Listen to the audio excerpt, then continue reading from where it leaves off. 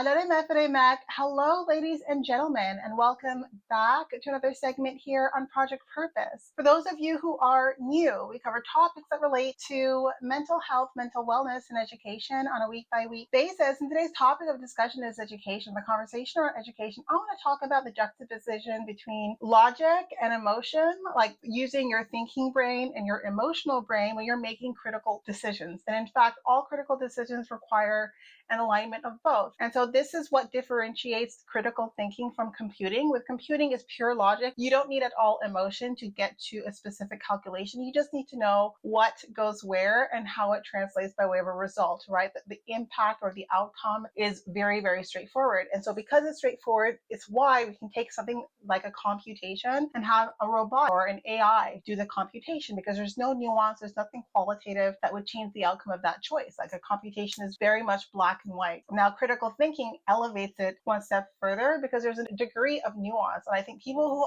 fail to understand that nuance is an important factor when making serious decisions in your life, and that nuance often is something that you can leverage and apply on your personal values, on the values of people around you, on your emotional experience of the situation as well, on your intuition. Like all of these factors play into your ability to think critically about the next steps. It's taking what you know and also what you feel, and then taking those things together to either gauge like what you need to know to feel more confident in making a decision, or what you know now is sufficient enough for you to make a decision up to this specific point. Now, if you can make those types of calls for yourself, or you can be conservative or you can be aggressive with the decisions that you're making and still make an informed decision, that's critical thinking at its core. And so I want to talk a little bit about that because I think a lot of people discount their emotional brain. And in fact, there is a lesion or damage to your emotions, and it destroyed your ability not only to entertain an idea with your own values sort of activated, but also gauging like the values of other people. It makes it very hard for you to make critical choices because critical choices involve affect. There's an emotional component to it. There's an intuitive component to it. And one of these examples that I love to bring up is in finance. Typically, when we're thinking about different projects in the financial sector or anywhere, we think about this thing called NPV. And so for you, if you've not heard of NPV, it's what we call net present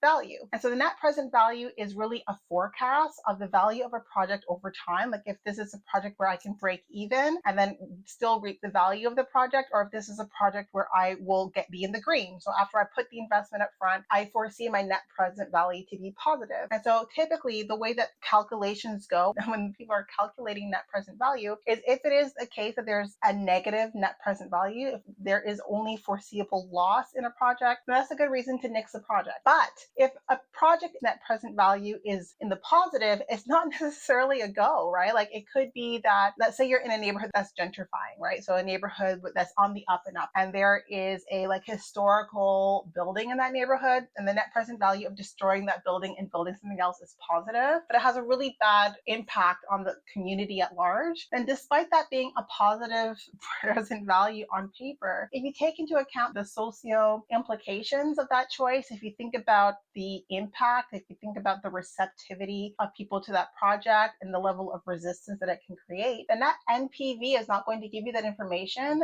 And it could still be a bad call. It could still be a failed project despite the fact that the numbers are looking good. And so recognizing that just because something and then recognizing that there are certain things that you fail yourself if you look at them in black and white, and critical choices, so choices that involve your life, your career choices, your relationships, choices that involve like the friendships that you keep, the places where you put your energy, all of these require critical thinking. These are all choices that you don't want to use a black and white paradigm to make these types of choices, because oftentimes you're going to miss a factor that's going to play into how well that choice translates in your life moving forward. And so this is why I like to really speak to the fact that you cannot make a critical choice well if you're not taking your emotions into account, if you're discounting your emotions and your feelings. And I am someone who is highly perceptive. I am someone who very much trusts in my emotions. And I'm also someone who enjoys like the logical playing field. I like to think things through logically, and I can extract my emotional, like if I need to be objective in my decision making and sort of minimize my emotional experience of it, I'm able to do that if I need to. But for the majority of my decisions, I understand that the move forward needs to be a blend of of my logical and my emotional side. And I always want to find myself in environments with how I think and how I feel are both equally valued, because I can make the right call in volatile, uncertain, complex, and ambiguous situations, not just because of what I know and what I have learned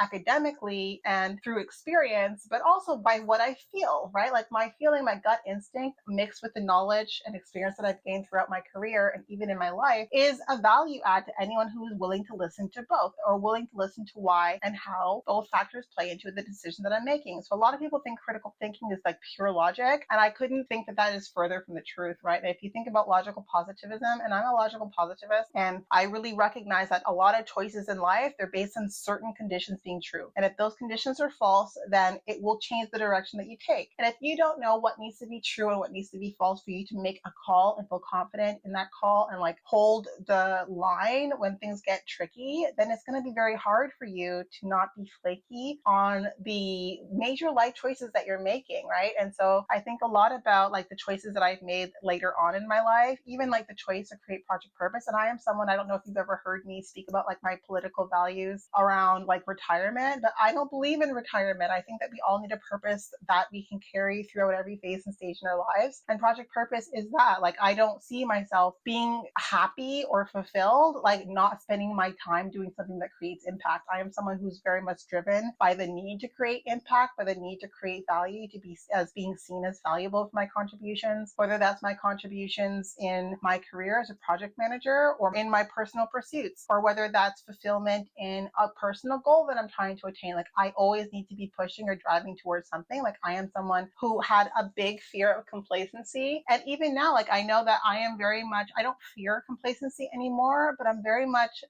adverse to it. I don't want to live a life less than what I'm capable of living. And I am very much committed to living a life in alignment with my emotional desires, as well as the desires that I know align to what it is that I need to be able to maintain a certain quality of life long term. And while it's been a rocky journey, it's only been very rocky because I've been very confident about the alignment that I definitely needed to maintain when making choices, because there are certain moments in your life where you're going to make choices where you feel like you're a bit cornered, like you know what the right choice is, but you know that it's going to come at a cost. And if you ignore that and you make the wrong choice because you're afraid of the cost, then you start to move in misalignment. And I'm someone where even if there's fear associated with the consequences in making the right call, because I recognize like what are the ramifications of making the right call and to what extent like it might delay me or might create detours in my life, I am very much of the mindset that if I'm building for life or building for a life that I want, I have to make the right call every time. Like, even if it's an opportunity cost associated with it, I have to understand that if it's alignment, there's nothing that supersedes alignment in my decision making schema. Like, when I make decisions, my ultimate predicator of success by my own definition, by critical thinking, there's a lot of subjectivity that builds into what success looks like. That translates as alignment. Like, I am making a choice where I have all of the information that I need to make like at least the next step in this choice, and I feel aligned to this choice, and I can understand like what values are being activated,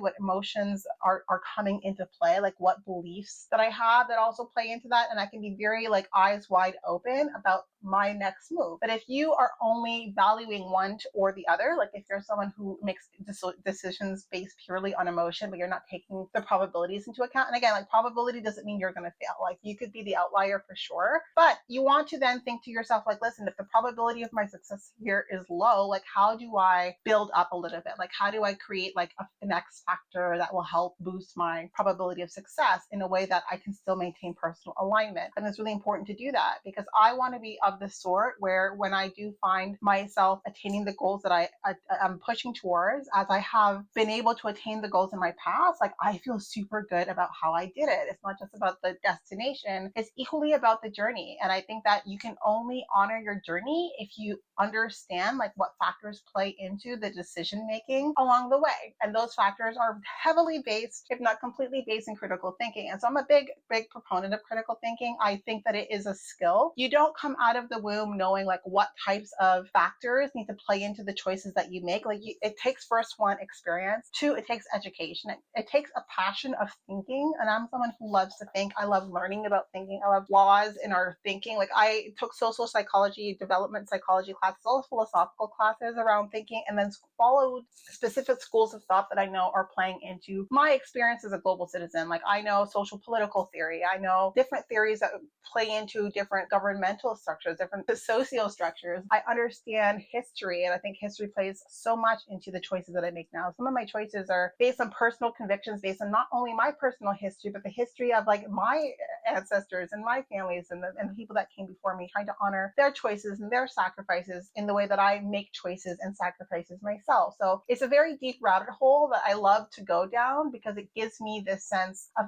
clarity. And I am someone, ask anyone, like I am someone who needs clarity, like people need oxygen. And if I'm not operating from a place of clarity, and clarity doesn't mean I know all of the factors, but it means that I know what factors I need to know to be able to navigate the situation that I'm in the present. And so I wanted to come on here and talk a little bit about that, because I think sometimes we have people who value emotions over logic, or who value logic over emotions. And I'm saying that you are both. Every one of us sentient human beings are a combination of our emotions and our thinking. And I think that it's really important that you recognize that there's a certain value that you need to apply to both if you want to make the types of decisions that make you proud moving forward, or make the kinds of decisions that are going to honor you, honor your path, honor your journey, honor like how you find purpose and meaning and fulfillment in life in a way that you still maintain your sense of integrity, so that you can move boldly, you can hold your head up high, you're not making the kinds of compromises that the future you is going to regret. All of that's important, and all of that can only be taken into account with critical thinking. So I'm going to be on here advocating for critical thinking in a way where I'm trying to really persuade you to see it the way that I'm seeing it, and give you the opportunity to not just make choices boldly, but also like honor yourself, your full self. And your full self, recognize, is your emotional, spiritual, mental, physical self. And emotions also have to feel good in your body. You can't make the types of choices that like are logical and you feel like, yeah, I'm kind of emotionally aligned, but my body's gonna be completely none of it, right? Like alignment is like full delta alignment, mind body spiritual alignment. And I think that that's how you get there, by recognizing like what plays into which elements of who you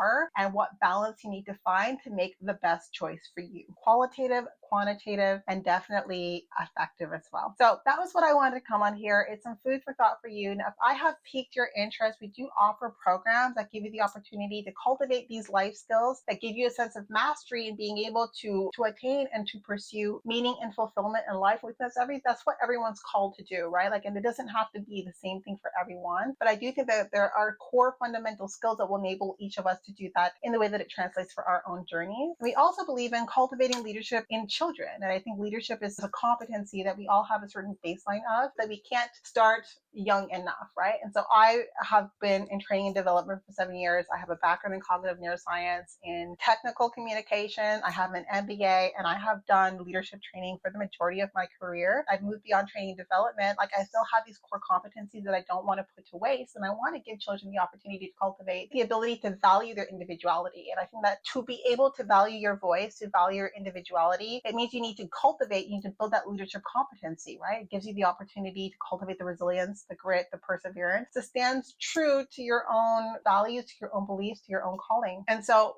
for us, we believe that that fits on 4 core pillars, and that's cultivating a sense of autonomy, of self-efficacy, of compassion, and self-concept. So we offer those courses, all of them available to you in our digital, virtual, and continuous learning environment. This is completely virtual, gives you the opportunity to build community online. So yeah, really something for everyone in your family. All of it is virtual. Community forums. We provide communications every day. You have exercises that you can complete at your own pace as well. Really, it's really an opportunity to deep dive and to do that thought exploration and that introspection that you need to really figure out like where you want to be in life and how you're going to get there. So that was it. Something for everyone in your family, definitely something for you, and giving us really the opportunity to create impact by playing a small role in your journey. So definitely check us out, check out our website, follow us here. If you like the conversation, then I'm here to ask you, like, what do you typically value most when you make decisions? Are you someone who puts a lot more value on your emotions when you're making decisions? Are you someone who makes more logical decisions and you discount your emotions? Where is it that you need to kind of bridge the gap so that you can start thinking critically in the way that critical thinking best translates? That's my question to you. I'm looking forward to hearing your responses in the comments down below, and I look forward to chatting with all of you very soon. We'll talk to you later.